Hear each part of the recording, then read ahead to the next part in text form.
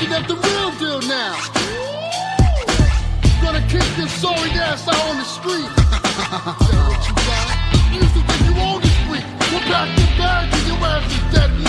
How's it going, ladies and gentlemen, and welcome to the Lowdown Show, week number 18 on the Holds Barred Wrestling Podcast. We are your Canadian-based WWE podcast that discusses and reviews Monday Night Raw, Tuesday Night SmackDown from the past week, as well as our Twitter poll segment called the Luke Gallows Polls. And this week we are without WWE headlines. I think everyone pretty much is caught up with what's going on.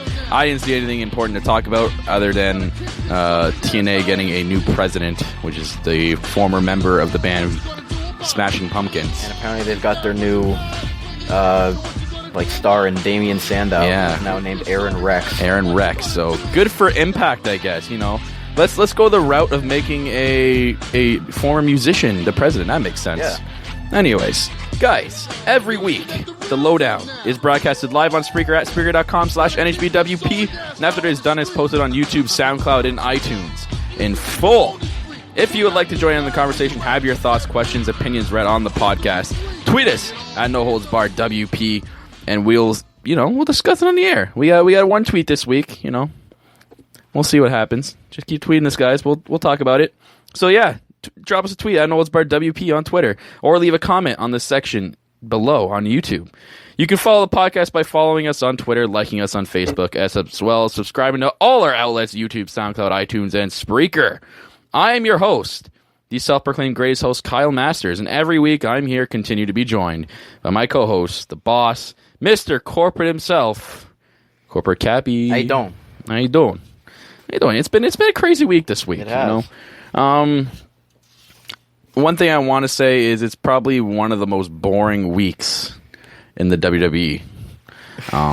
This felt like we're almost 2 weeks away from SummerSlam, and we don't. This week just felt promo based, especially on Raw. Yeah, I watched Raw.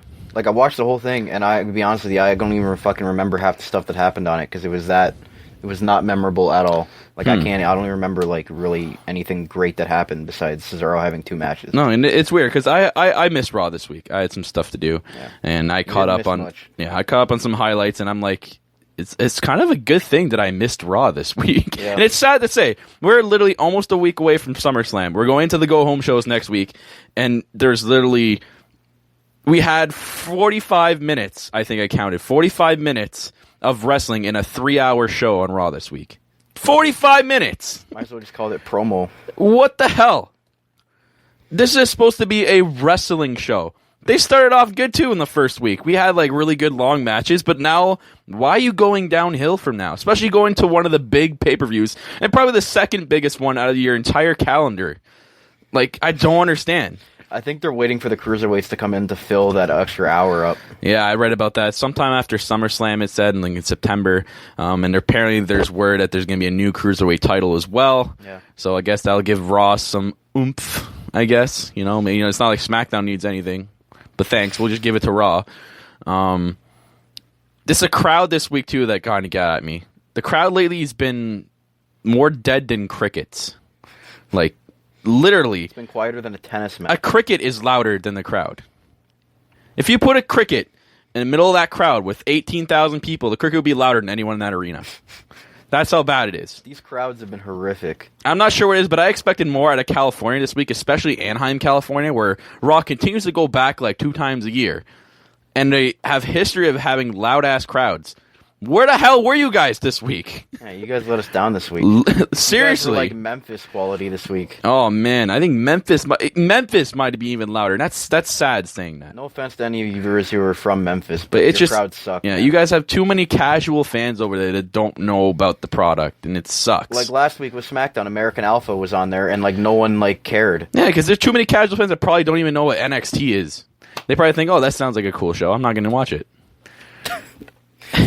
Anyways, before we get into the review, we'll start off this week with the Luke Gallows polls, but we're going to read off some tweets. We only got one from our boy at Real Michael Chow on Twitter. He loves to tweet at us, and we love his tweets. Yep. Guy is entertaining as fuck. So he tweets this week, SmackDown Live definitely came out on top this week, but would have been nice to see Mick Foley to continue the angle from Raw. Yes, which we'll get into later. Also, he says, and Del Rio tonight reminded me why he deserves to be back in the main event. Bring back the cocky Del Rio Destiny character. How long have I been saying that for? Not even in a biased way. And you know what? I'm going to have to agree, and I got some news about that. Your boy Del Rio's got a big match coming up on this Tuesday live. John Cena, great. Another match we've seen 100 times in the last, 3 years. Thanks to... Oh, that's so different. Oh, my God. I'm glad we did the brand split, because I don't think I would have seen that match before.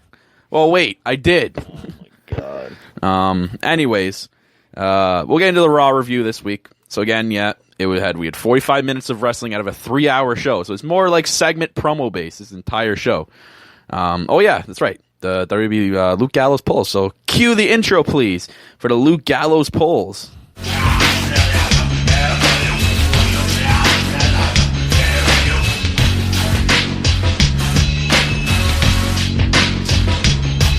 All right, welcome to the Luke Gallows polls, ladies and gentlemen.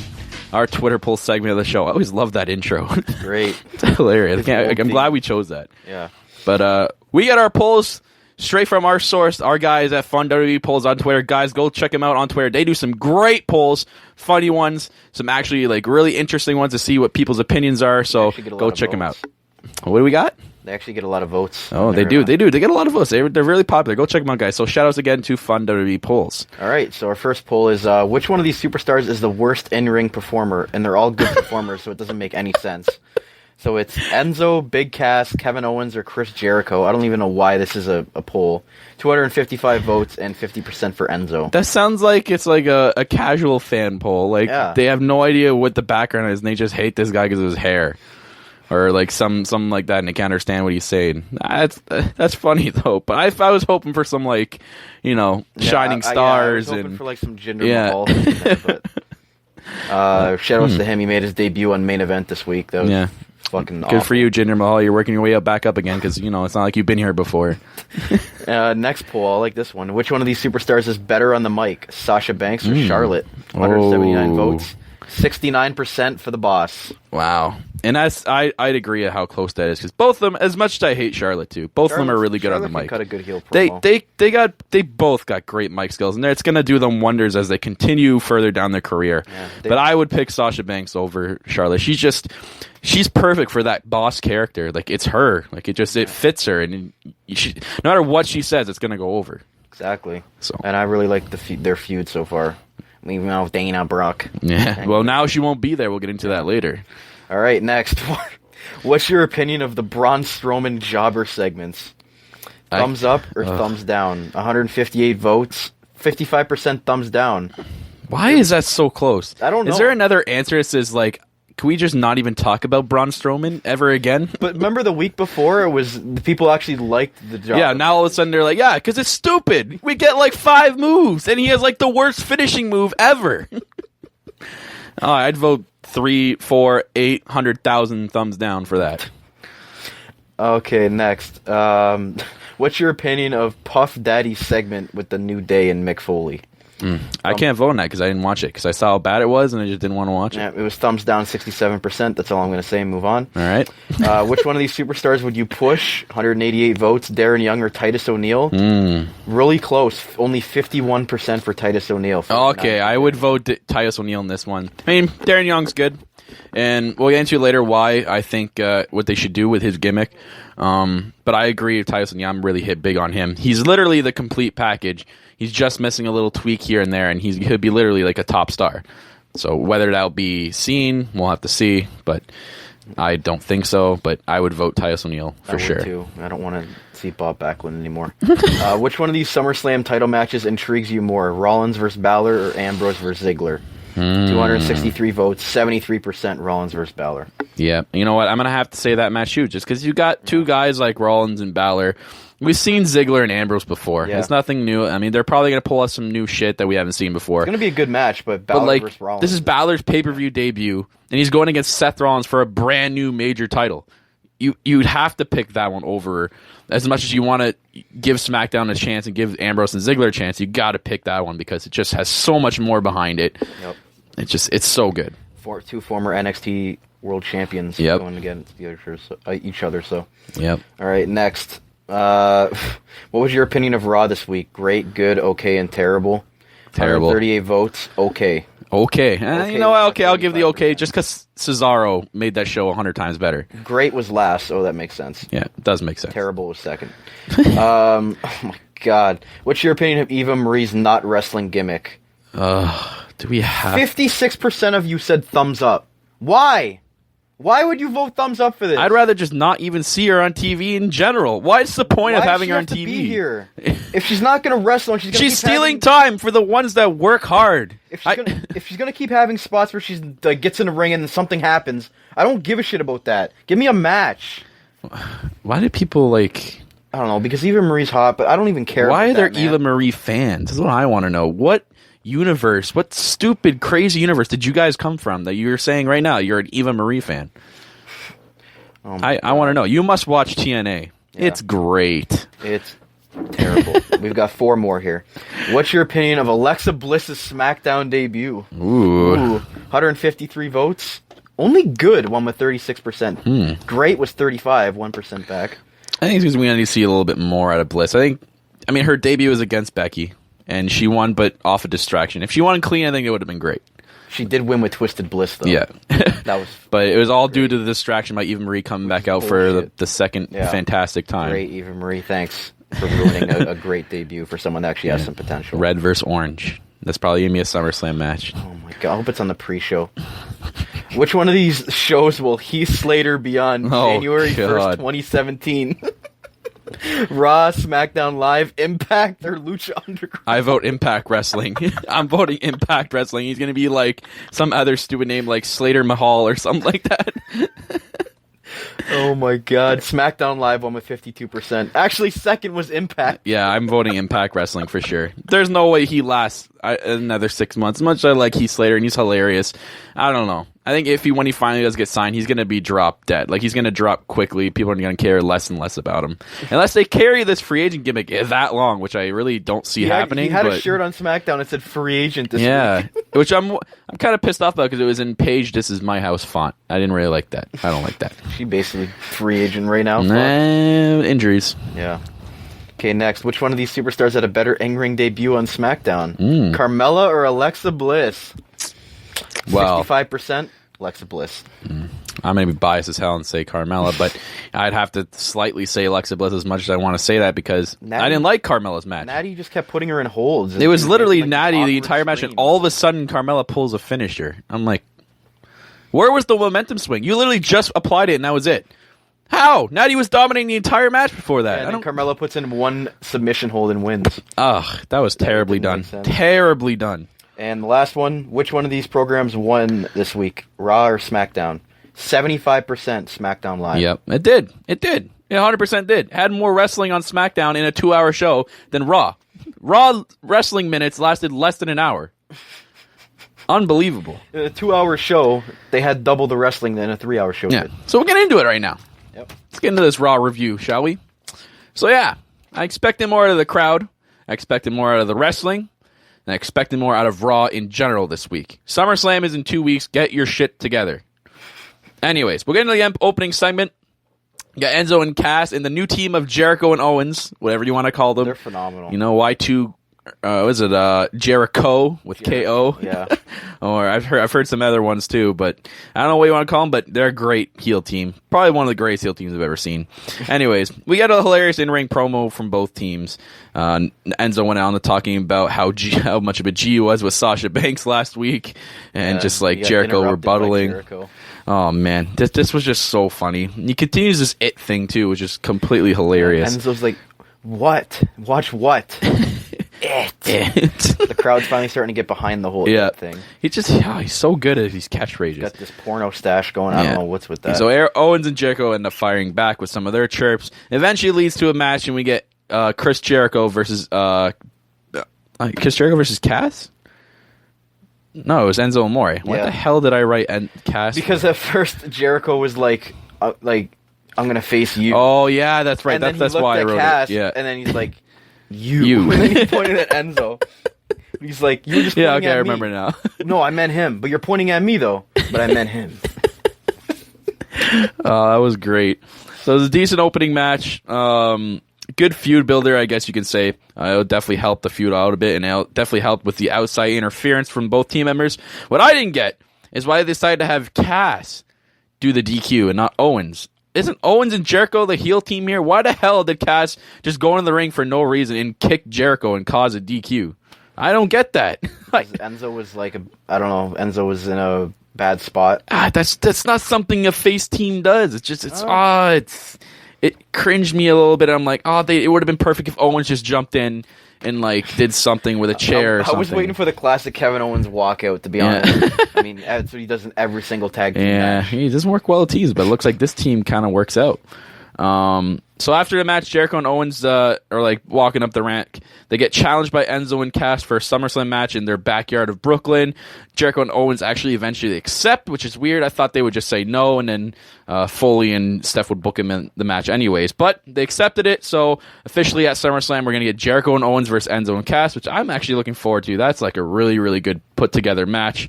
Looks like it's going to be really entertaining. It's going to be entertaining to see what the promos are going to be like next week leading into the go-home. So I'm glad they're putting Owens and Jericho on the show, because they don't really have singles feuds. I love Owens and Jericho. They did the perfect job putting these guys together.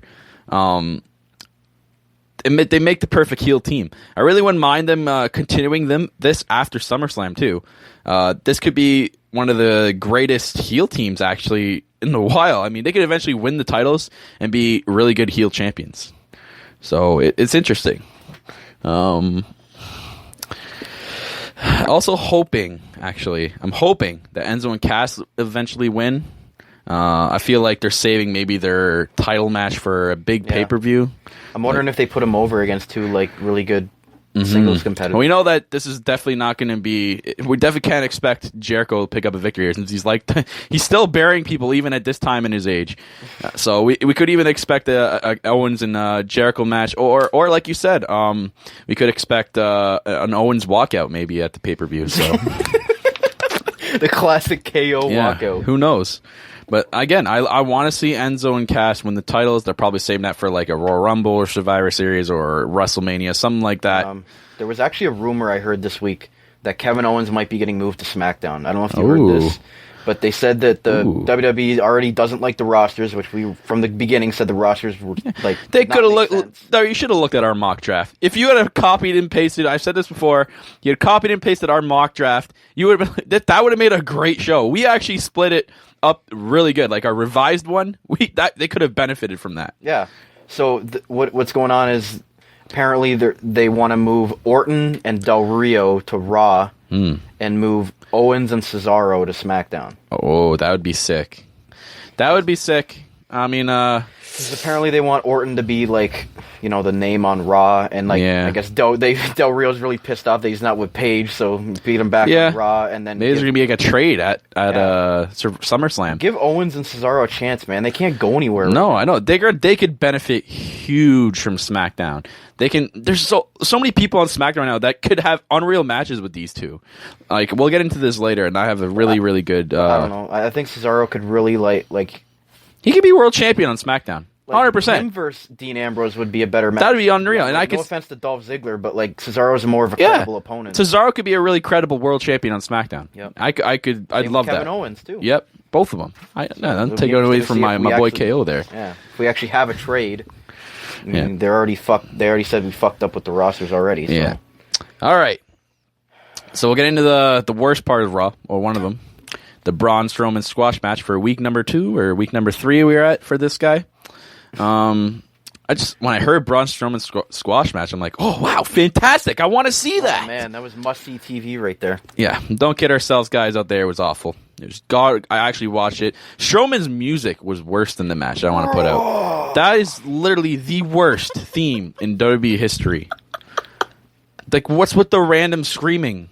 It's his scream, his whatever. So bad. Is he the next Goldberg, gonna go 54-0 or something? I stupid? hope not. Against 1 week he's 20-0, the next week he's 40-0 somehow. It's does he wrestle 2 times? I'm pretty sure now everyone out there can agree that squash matches just don't work anymore. We don't care about them. They're stupid. No one gets into them. The crowd's dead. They don't care. No, but like you said before, it's different if you're showcasing someone that we haven't seen before. Yeah. We've seen Braun Strowman for over a year with the Wyatt family. We already know somewhat of what he does. And this local jobber actually had a backstage interview before. I forget what his name is, but he had a backstage interview before that, but he didn't say anything. He just scared shitless. He just went out there, and the match lasted like 4 moves, and his god-awful finisher. The backwards chokeslam. Why do I see this leading into a feud with Big Show? Why? Because that's the match you want. That's a match of the year quality. I don't know what would be worse. Watching a match with Braun Strowman and Big Show, or watching Eva Marie's hour-long entrance and almost having a match. I don't know which one I would rather watch. What about R-Truth playing Pokemon Go on the apron? In that too. All of them are wastes of time. This was a waste of time. They could have done without it on Raw. Yeah, we need enough with the squash matches, guys, please. At least they finally ended Nia Jax. Just don't even do them anymore. Just don't. She didn't have one this week. She had a vignette. She was gone. She wasn't even there. No, Why is she have a vignette? She's just been on Raw for 2 weeks. Do we just like forget about her after last week? They're just making no sense with these two right now. I'm done. We're moving on. Darren Young versus Titus O'Neil. Okay. A lot of people don't like it. I actually like this feud. I think it will continue leading into a SummerSlam match, and it's probably going to be a kickoff match. I don't even know how many kickoff matches are going to be on SummerSlam this year. One thing I can get a hold of, though, or I can't get a hold of, is who's heel and who's face. Because now Titus teased this week because he won with the So roll-up. both have cheating roll-up victories on each other. Who the fuck is face or heel here? I can't tell. Maybe that's what they want us to, like, they want us to speculate who's actually going to be the one. I mean, in a way, it kind of helps them, like, okay, it kind of makes it more interesting to watch because, you don't know who's actually going to be the clear-cut heel or clear-cut face in this match. But here's a thought. Why not put these guys back together? You already have slacking tag team divisions right now on both shows. Okay? You're only focusing on one tag team on Raw, and you kind of focused more this week, but they need a title to fight for on SmackDown. Why not put the primetime players back together? Everyone loved them. They'd probably be like the second or third best tag team on. Yeah, SmackDown the crowd can right get now. over with that. I'm pretty sure they don't give a shit about make Darren Young great again. Besides the American Alpha, they'd probably be like the second best tag team on that show. Yeah. But seriously, does anyone out there actually like make Darren Young great again anymore? I don't want. I think they stopped caring about it when they stopped the promos. That's when they stopped. Like, I'm tired of Bob Backlund just like losing his fucking mind. Like, this gimmick only works if they're pushing Darren Young for like a minor title. You cannot push this gimmick against his former tag team partner Titus O'Neil. That makes no fucking sense. And they've already had a feud before. Like when Titus went heel the first time, they already feuded at a pay-per-view before that. I don't know what is. I want to get behind this feud, but there's little things and you're like, it. Like the story, the booking, and the storyline is not good. It feels way too rushed, way too rushed. They need to do something, and this is why I'm saying they probably know it feels too rushed backstage, so they're probably going to make it a kickoff match, so they don't have to worry about it being on the main card. Yeah, since they don't have Mr. Pre-Show Ryback anymore, he left. He gone. He gone. No more meat on the perfect table. Yeah. Meat on the unemployed table. That's what he is. Meat I can do steroids now table. Yep. So, speaking of Raw being a promo-based show, we'll get into a couple promos here. Balor and Rollins both had promos. Rollins had an in-ring promo, which I was actually thankful for. If he wasn't going to be in-ring, I'm going to be like, okay, so they kept both these guys off TV? Yeah. They kept Balor off TV, okay? They had a Balor promo, which was actually pretty good. Talked about his origins of his name, which I didn't know until this promo. I had no idea what Finn Balor meant until this promo. Finn comes from a Irish mythology, this giant warrior named Finn. And then Balor means Demon King. So that's okay. I get it because Finn's Irish. It makes sense. Has to do with mythology, which he's huge into, and then you got Balor, who's the Demon King, who's his gimmick, the demon. So that's really good. I like where his name comes from, and basically had a little vignette video promo on Seth Rollins and saying that Seth Rollins has released the Demon King. So that's going to be really cool. Yeah, the demon's coming on SummerSlam. We'll see about that. But But heaven forbid we have these guys on Raw and have some sort of little match for like 5 minutes or something. They didn't even have anything. They had no physical work at all this week. But anyways, that aside, Rollins had an in-ring promo, which was really, really good. He talked about how he runs the place and just basically talking down Balor like a perfect Rollins character should. The guy's like a straight-up great heel. His promo work is unreal. So yeah, it's cool. And Rollins called out the Demon King and wants him to come out next week. on the Raw Go Home show, so it's going to be interesting to see what happens. I don't think we're going to see it. I think maybe we'll see like a couple prop people that are dressed as like Finn Balor demons. Yeah. I don't think we're actually going to get him 100%. But I seriously cannot tell who's going to win this match. I'm really looking forward to this match. Like, I can't, there's no clear-cut winner. It's the perfect feud to introduce a new world title. It's unreal, and I'm going to be so hard. It's going to be so hard for me to pick a winner in this match. I like how we don't really know who's going to win. Yeah, because you can go both ways. You can have Finn Balor. This would be a good start to his career as the new world champion. You know, you can see where they can go with that. And you can also be Seth Rollins again, because like he was gone for like almost a year with an injury. And then won his title back and then cashed it in on him 10 seconds later. So, you know, you can go either way, and it's really good. I cannot wait for this match. It's going to be epic. It'll probably be match of the night or one of them at SummerSlam. So I can't wait for that. I'm hoping it's like match of the year quality, to be honest. So moving on, we'll get into another guy who deserves a world title, and this is not going to be called the Cesaro push. I'm calling this the Cesaro struggle, and it's not even his fault. Seriously, the most underrated and underused talent on the roster right now. Without a shadow of a doubt, anyone can agree with me. I just don't understand the booking this week with him facing Sheamus. Again. He beat him last week. It is so bland and so dry. Like, Cesaro did the best he could, but Sheamus is just... If we were at that Raw, I would have gone to the bathroom. Like, I feel bad for Cesaro. He tried to put on some good moves. Yeah, and stuff. like he literally carried that match. Cesaro could benefit from being on SmackDown. We say this all the time. He could be one of their top guys, as we just said, and one of the top draws on SmackDown. He can have epic matches with like Apollo Crews, AJ Styles, even John Cena for that matter. Yeah, we haven't really seen a Cena, like we might have seen it like once, but... So that trade that we were talking about and that you heard makes sense. They should do it. They would benefit from that. I just don't know why WWE looks like they can't see the shit behind Cesaro and go with him. I feel like if he went to any other company, he'd be like the top guy. He would. He has perfect world champion written all over this guy. He went to Impact or went to New Japan or any of these other... Oh, he's so dirty. Champion. They better do something to keep this guy. If they let him go, I'll be very upset. Yeah. Anyways, Cesaro beats Sheamus in it's a decent match, even though it was just Cesaro carrying him the entire match. But that's not it. That was not the end of the night for Cesaro. Oh no. Not only is he the most underrated wrestler on the roster, and most underrated, or underutilized, but he pulls off double duty tonight. Are you kidding me? This guy pulls off double duty, and they don't push the guy. They haven't faced Rusev.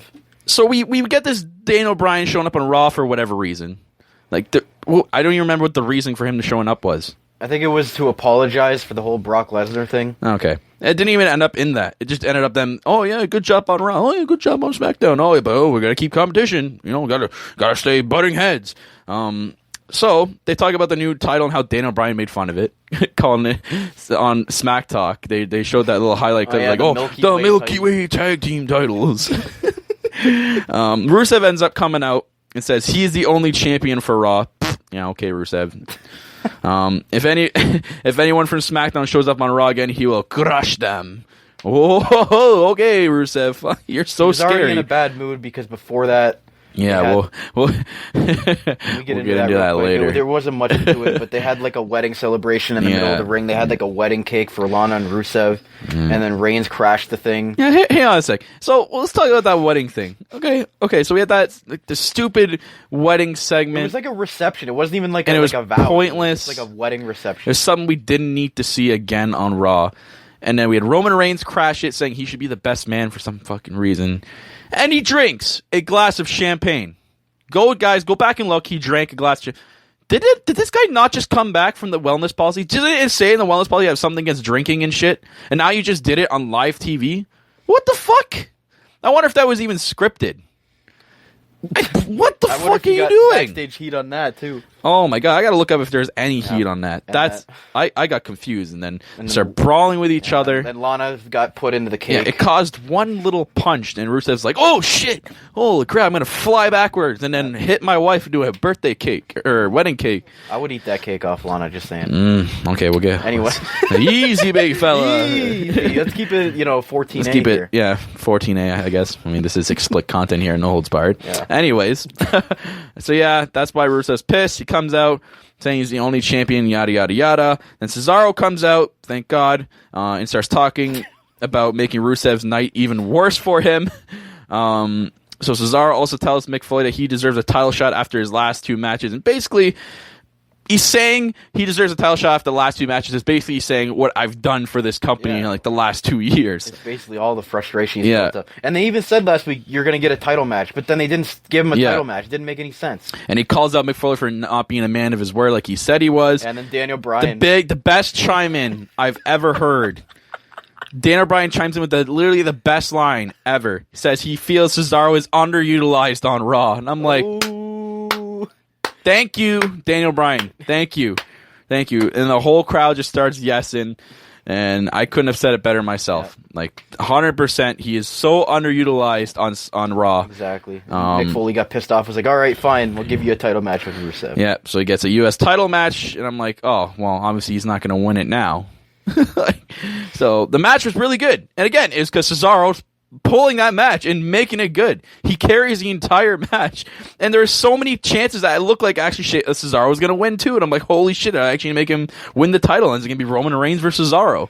But no, we obviously get Cesaro getting screwed once again. Fucking Sheamus. Sheamus comes out. Oh, thick. Thanks, Sheamus. Thanks. So now you're causing something that's probably going to lead into you two having a match again at SummerSlam. Like, we actually want to fucking see that again. Like, I want Cesaro to do something else.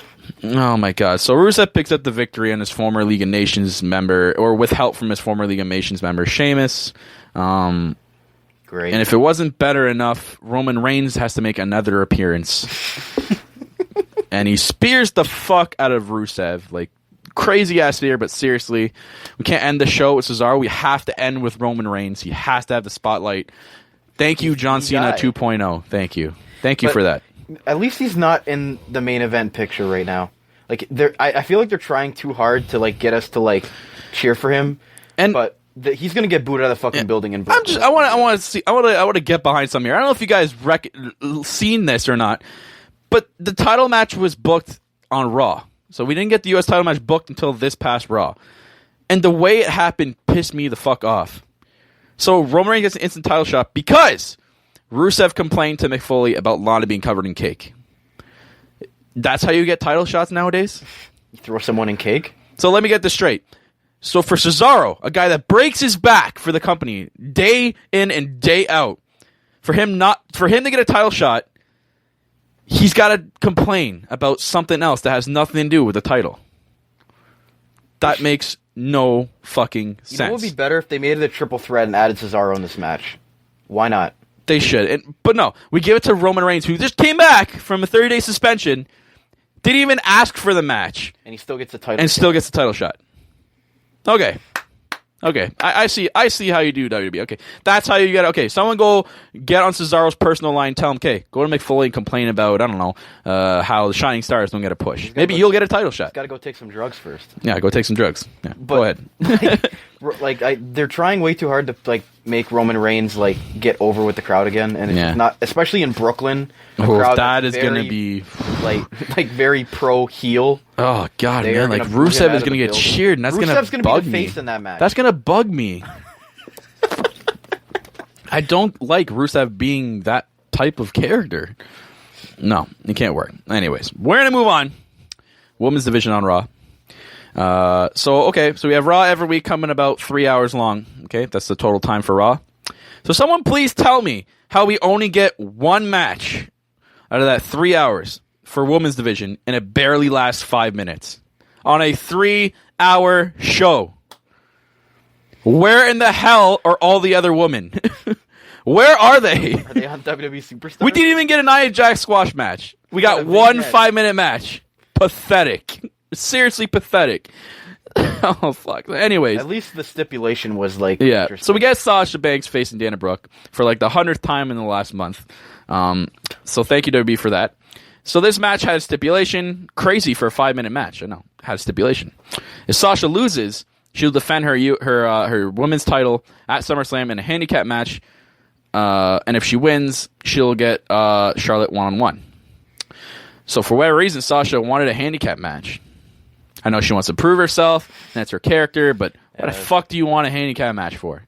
Because she's the boss. Just face Charlotte one-on-one, kick the shit out of her. That's all we want to see. But anyway, so it ends up being a really quick match. Sasha picks up the victory, and we get Sasha 1-on-1. Thank goodness for that. There was a spot in this match. Oh my god! So Dana Brooke had Sasha on the rope. Oh yeah, and then the ref was distracted or something, and then Charlotte like went to slap Sasha, and she like moved out of the way. But it was like 5 seconds later that Charlotte finally like slapped Dana. It was like you could have stopped. Yeah. And then Sasha just like kneed Charlotte in the face, which was great, knocked her out of the ring, and then gave Dana the knees on the ropes. Yeah, that was used as a finisher. Yeah. I like that. 2 finishers, maybe?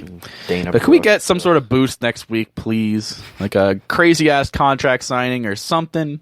Something that throws it over the top. Or can we get at least 2 matches? Heaven forbid I ask for 2 matches that even last 5 minutes on a 3-hour show. Heaven forbid your girl Paige gets a match finally on. No, I don't think she's ever going to get a match yet. She's been injured. Apparently, I read more reports that she had extensive nerve damage in her shoulder and arm.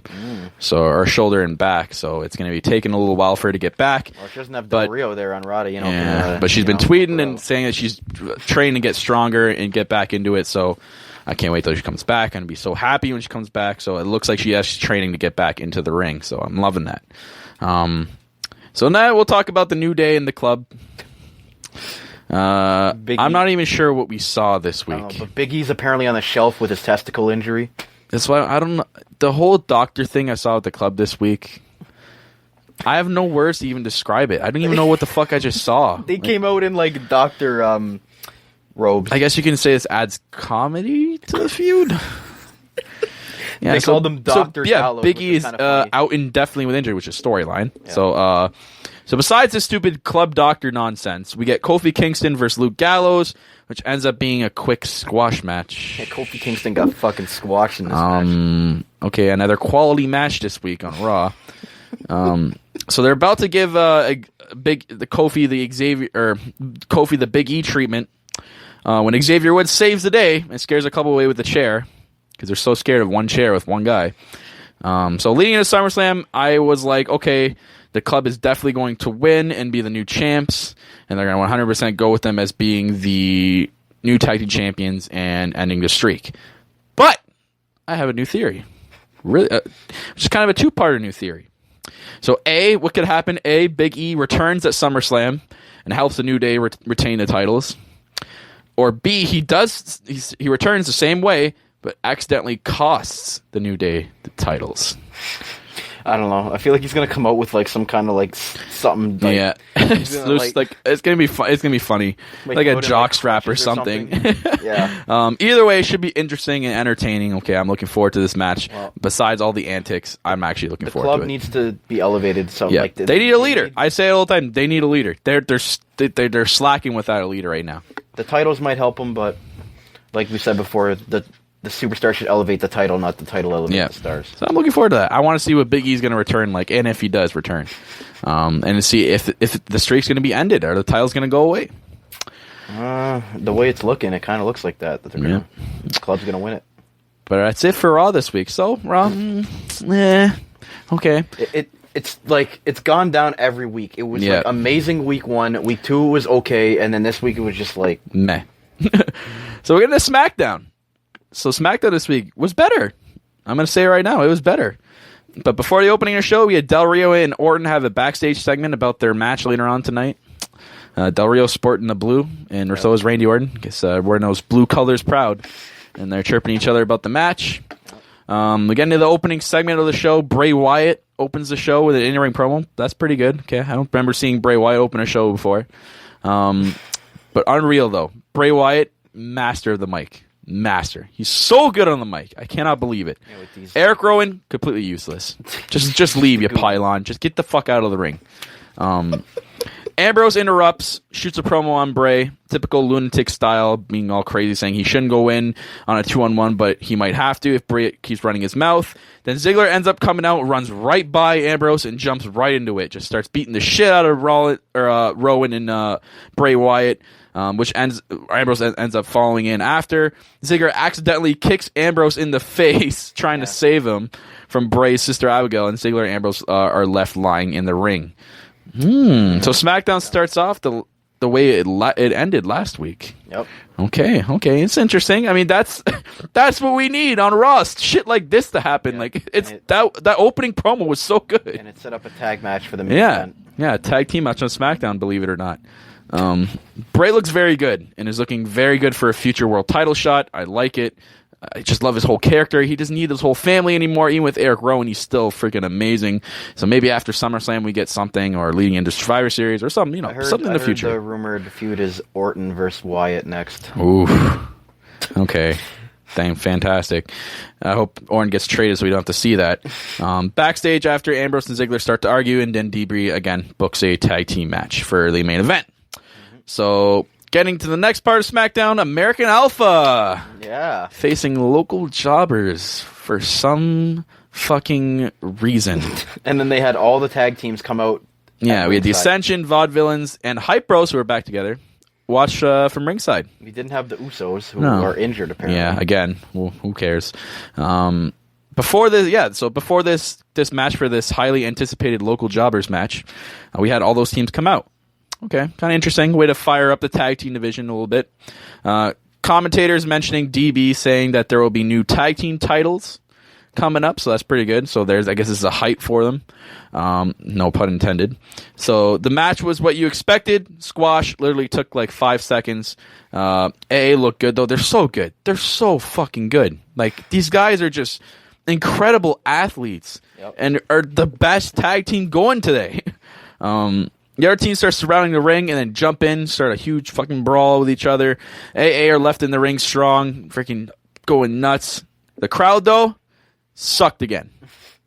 Not only it sucked on Raw, it sucked on SmackDown. What is wrong with you people? How do you not see greatness in front of you? Again, it's probably another crowd that's just like part-time watching crowd, like people that don't know the American Alpha and how good they are. Just wait until we get to one of those cities. American Alpha are going to get like the biggest pop of the night. I'm hoping at maybe NXT Brooklyn, if they are not NXT Brooklyn, SummerSlam, if they have a match in Brooklyn. Yeah, that'd be interesting.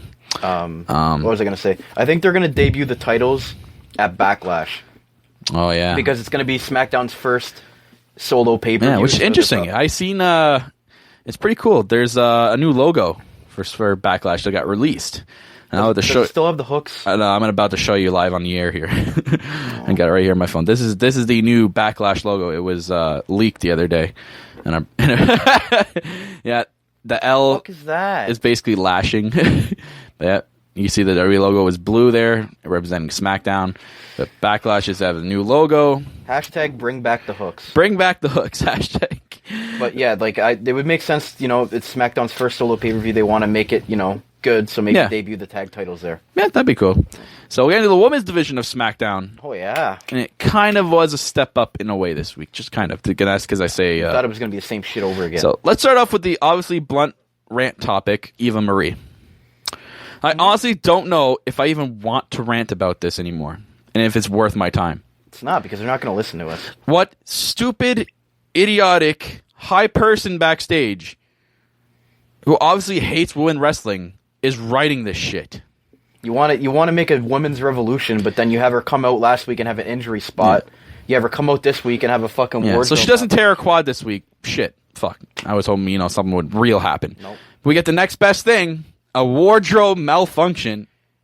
Oh my god, that was so awesome. That was so great. The goons on Twitter were loving it. I'm like, how do you love this? Why? Because she's hot? Yeah. You wanted to see her boobs out? Like, fuck. Like, go watch a porno. So you won't give us a 20-minute women's match, but we get the next best thing, and it's almost seeing Eva Marie's knockers.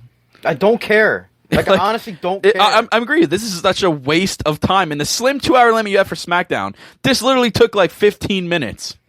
You just wasted like a quarter of SmackDown on this stupid, ridiculous shit.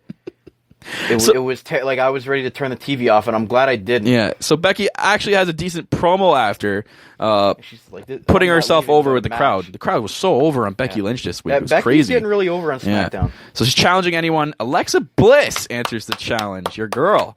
Yes. Okay, so I can get behind this. This is actually worth watching. I'm like, okay, all right, I can finally look forward to something. And on her birthday, no less. Yeah. Happy birthday to Alexa Bliss. But of course, we missed the first half of the match due to a commercial break. Why do we have so many commercial breaks in the middle of matches? For a 2-hour SmackDown, we had that many commercial breaks. If Eva Marie's entrance wasn't 8 hours long, we could have had a better match and a longer match.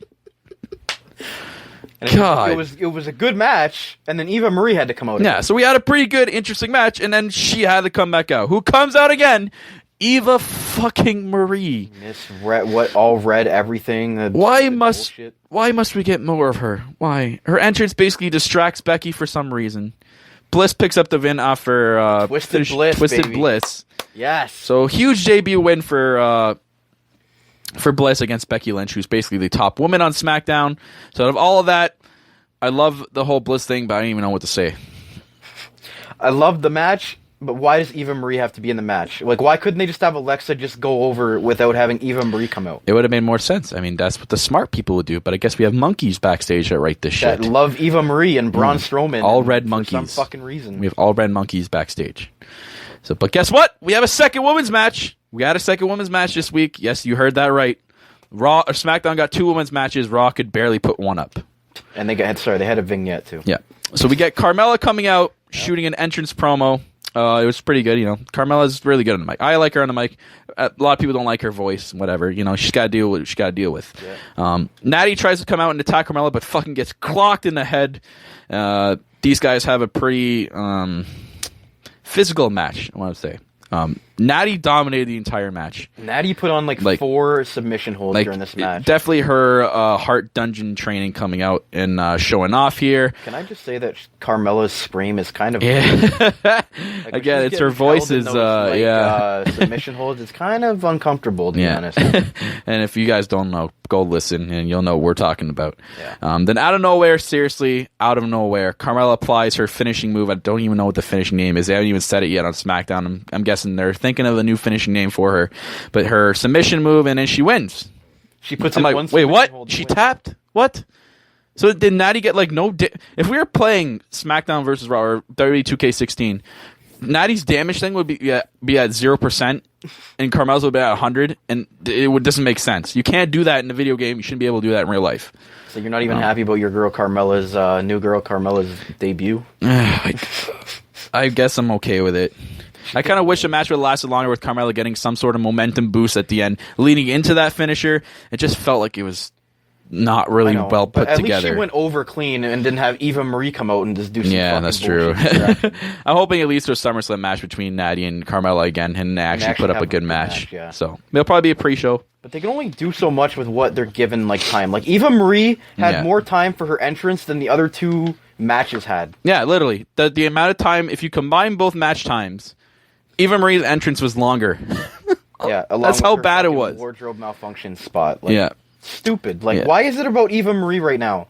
I don't know. Why is the women's division on SmackDown have to be revolved around Eva Marie? And she's terrible. She can't run the ropes. She cannot run the ropes. She's terrible. We've seen the documentaries. We've seen NXT. She's bad. She's not going to get better. She's just bad. No one's ever. Because she doesn't care. You watch Total Divas. She's not fucking focusing on her career. She's focusing on doing photo shoots and being with her boyfriend and being a fucking little bimbo. I can't even. You know what's bad? I gotta watch myself here. It's not even an angle. Like all the women legitimately don't like her. It's like okay. Okay. Can we move on? I'm about to spit out. Eva Marie's taking up way too much time. I'm about to throw up red. Yeah, now she's taking too much time in our podcast. She takes too much time in the entrance, now our podcast. Anyways, so Randy Orton, Del Rio. Okay, moving on. Yeah. Great. So we have to see this match for the 100th time since 2011. I actually don't remember the last time we saw Orton versus Del Rio. 2013. That's 2 years ago. Yeah. Okay, we should have it again. Yeah. Okay, so I'll stay optimistic for this one. Yeah, Del Rio said he was going to break his arm backstage before the... And I was wrong, I'll admit it. This was actually a pretty good match. Yep. It's crazy how these guys can put off a 50-minute match at their point in their careers and still keep going. Both these guys have incredible pieces of talent. The match eventually goes outside, and Del Rio gets DQ'd for hitting Randy Orton with the chair on the arm. Okay, so he starts working on his arm and trying to break it. Okay, but Orton was the one who was taking off the announce table stuff first. Yeah, he led it to getting out of control. Yeah. I'll say it. He's a Viper. He's trying to go to Viperville. And you get back in the ring. You get back in the ring, and then we get the RKO out of nowhere. I guess he's got to respect his shirt for some reason. Okay, I see what WWE did there though. Orton trying to look strong going into his match with Brock Lesnar, and what a way to do it is by kicking the shit out of Del Rio. I'm actually looking forward to their match a little bit. Brock Lesnar and Randy Orton. He keeps getting a little bit better each week. I'm glad they didn't do the little cross-brand thing this week. Yeah. I'm glad they kept them off TV and just on their respective. Well, we kind of just saw Lesnar do a promo, but they're actually like building this feud like way better than most of the feuds they're building. And more than what we expected out of it. Yeah. Like the way they first announced it, I'm like, oh my god, this is gonna be like the worst match of the night.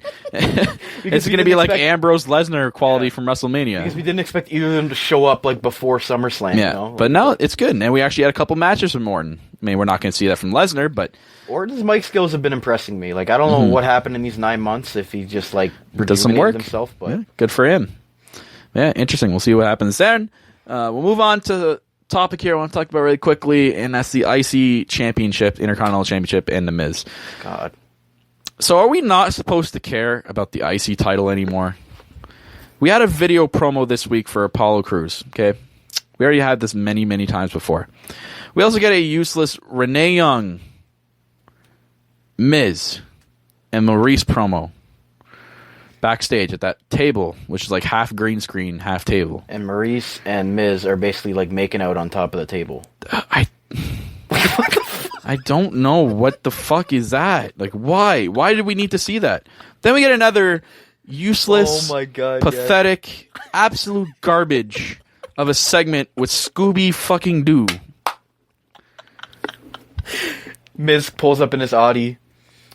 And Scooby Doo's there in the mystery machine. In the what is it? What's the mystery machine? What's it called? Mystery machine. And he throws Miz in there, and for some reason Miz just can't unlock the door and get himself out. He watches. Seriously, Scooby-Doo did we actually take off in his Audi? So we have the IC champion putting this shit. Why is he not in the match? Why can't he face anybody? Because apparently he's in the movie, so like they were like hyping the movie coming out on TV. Oh my god. Like, that's what I'm saying. Like, why do you have like a match against Kalisto or Corbin or something? Like, you're supposed to make him like strong right now, and they're not. They're completely. It just feels the IC title feels less important right now. But that whole shit, I was like, what the fuck? You cannot have the IC champion be that person. That's something you do with like R-Truth, Goldust, Heath Slater, not The Miz. As much as like people don't like The Miz and his character, but he's got a good history and he's actually a really good performer. Why the fuck do you have to put him in this Scooby-Doo making out with his wife segment shit? He's the IC champion. Make him look strong. Like, God. Going back, they actually did have R-Truth and Goldust Scooby-Doo segment on but we'll talk about that. What the fuck does Scooby-Doo have to do with the IC title? Apparently he steals Miz's car. That's what the part of the segment was. Great. Because I really wanted to see that this week. That SmackDown would have been 100%. It's at 75 for me right now. It would have been 100% if we dealt without that. And Eva Marie. So move on. We actually had a Rhino match. Okay, this was hilarious because backstage. So Heath Slater. Oh man. Apparently the hottest free agent. He's made his own free agent shirt. And he gets a contract offer. He's got to beat Rhino on SmackDown for him to get that SmackDown contract. And he goes backstage, and Rhino's just like warming up and stuff. And he comes up, he's like, "Yo, man, yeah, I got 7 kids to. I got a pool. Home. I got a pool and a nice house. Hey, right, above ground or in ground? It's above ground pool. Above ground. Sorry, man, I can't help you out. Come on, man, I got like 4 kids. Wait, you just said you had 7 kids. Yeah, like Heath Slater's just like making up these bullshit stories about all these kids he has, and trying to give Rhino to give him the free win. Yeah, Rhino's just like no. And so they have a match. So remember last week when Jinder got his? Where did he go? We found out we got it on main event, but what the fuck? He just got a contract. How come he's not on the show? Why, you got a contract for a main event? Is that what he got? Yeah. So this match actually lasted longer than I thought. Longer than 5 minutes, actually. It was actually I thought it was just going to be an instant squash match. But no, we actually got a decent match. Rhino looked very good, I must say. He still kind of got it. I mean, for his age and this point in his career, I mean, we just saw him at like a House of Hardcore event. When I saw him there, I'm like, man, this is like the lowest of low for him. He's not going anywhere else after this. But fuck, he's going to WWE. Like he's gone back. So good for him. Good for him in his point in his career. Good for you, Rhino. He tries to do this like rope pin thing on Rhino, try to cheat. Referee catches him for like the first time in like 8 years. It leads to a gore, and poor Heathy baby loses. And then he went no contract. He went nuts backstage. He went up to like Daniel Bryan and Shane McMahon, who were actually going to offer him a contract. They had the contract in their hand, and he was just like, "Screw you guys! You guys don't appreciate me. I'm going to go find someone that does." And then Daniel Bryan's like, "Okay, what do we do with this contract?" That you were gonna offer him. It was kind of like, okay. So it's entertaining, but I'm thinking if he gets signed, it's just gonna dry out quickly. So we'll see how long they can carry this out for. Yeah, for him and his 7 kids. Yeah, but we get into the main event of SmackDown: Ambrose and Ziggler versus the Wyatts. It looks like we're gonna have ourselves a tag team match. Teddy Long style. Thank you, Teddy Long. Pretty good match though. DZ looked actually more aggressive in his in-ring technique, I thought. I think this is making him look really good for SummerSlam, so people can get behind that. And I mean, it's good. He's getting that chance now to show off that style. And when he's coming out doing his entrance now, he's doing it serious. Like, he's not doing like his whole like ass shake and he's being serious. This is good. I like this Dolph Ziggler. I like this aggressive style and the serious style of Ziggler. They're definitely trying to show him off, no pun intended, for SummerSlam. It's full of puns today, this show. Full of puns. I like it. Pretty botched suicide dive by Ambrose, though, at one point. That was really close. He got his foot caught, and then it was a good sell by Bray Wyatt. I went back and looked at it twice. I'm like, oh, man, that could have ended bad. These suicide dives got to stop a little bit. Yeah, you really hate these things. A lot of people are doing them more lately. I'm like, Biggie, especially when Biggie does it. He just Biggie just don't care. He just belly flops his way down. So Ziggler ends up picking up the victory with a super kick on Rowan. So it looks like his super kick's like this finishing move now. Like his zigzag's like his like alternate finisher. He thinks he's Shawn Michaels or something. Yeah, well, he's got the persona and he dresses like him. So after the match, Ziggler and Ambrose in the middle of the ring celebrating with each other. Then we got a freaking dirty deeds out of nowhere. Yep, because of, Jesus, because of the opening where Ziggler accidentally kicked him in the face. So Ambrose is returning the favor. So Ziggler dead in the middle of the ring with the crowd chanting yes. The crowd actually liked this. Everyone started doing the yes chant after the dirty deed. Yeah, well, that's Ambrose's character, man. Man, I'm good. I'm proud of Ambrose. He's the world champion now. I'm glad that people get behind him. But he's getting a shot. Like, he can turn on people, and it's not a heel turn. It's just like him being his. And I get a lot more for Ambrose. Like I watched a Stone Cold podcast with him, and that was really good. That was really well done by those guys. I loved how in the middle of the podcast that Stone Cold and Dean Ambrose did they did a promo on the spot with each other. Like it's amazing how those two guys were able to do a promo on each other just like that on the spot without a script. That's how good. That's what shows you how good Ambrose is. Ambrose was talking. He's like, man, when they used to give me scripts, like I couldn't recite a line, but if you just told me to go out and do it, I could do it. Yeah, like he's actually like I gained so much more respect for Ambrose, and the guy's just so good. And Austin was asking him some tough questions at the beginning. It was kind of awkward because Austin was asking him about his childhood a lot. Yeah. And he was kind of like, didn't really want to talk about it. But then they finally, started to get into wrestling and actually, like, and at the end, he gives him some advice saying, like, don't always listen to, basically what Austin's trying to tell Ambrose is don't always listen to what they tell you to do. Be your own guy. Look what I did, and look how over I got. Yeah. You have to go out there and be yourself and get more aggressive and see the Dean Ambrose that he wants to see. I think he was kind of offended by that, though, because Ambrose tries to do that, but there's only so much he can do, though. Like, it's a different era than when Austin was there, you know what I mean? Like, he can't just go out and, like, do whatever he wants. Yeah. So the match at SummerSlam actually looks really promising. I'm going to put it that way. It looks really good.